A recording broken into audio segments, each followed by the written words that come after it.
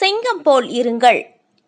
ஒரு சிங்கம் ஒரு எலியை பிடிக்க முழு திறன் கொண்டதாக இருந்தாலும் அது ஒருபோதும் எலியை பிடிக்காது.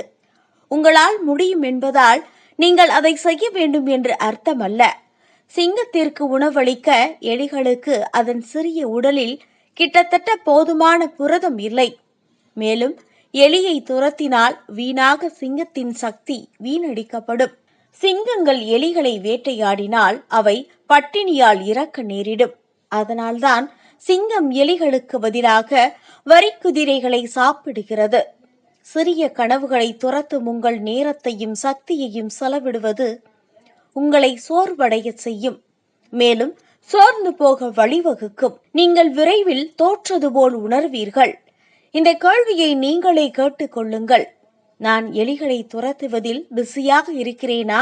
தங்கள் சரியான இலக்குகளை சீரமைக்க மற்றும் சென்றடைய நான் உதவுகிறேன். கட்டுப்படுத்தப்பட்ட நம்பிக்கைகளை உடைத்து சவால் செய்ய நான் உதவுகிறேன். இது சில தனித்துவமான மாற்றங்களுக்கு வழிவகுத்து வெற்றியை உங்களுக்கு வழங்கும். இந்த நாள் இனிய நாளாக அமையட்டும். இப்படிக்கு மக்கள் நட்சத்திரம் MS மூர்த்தி.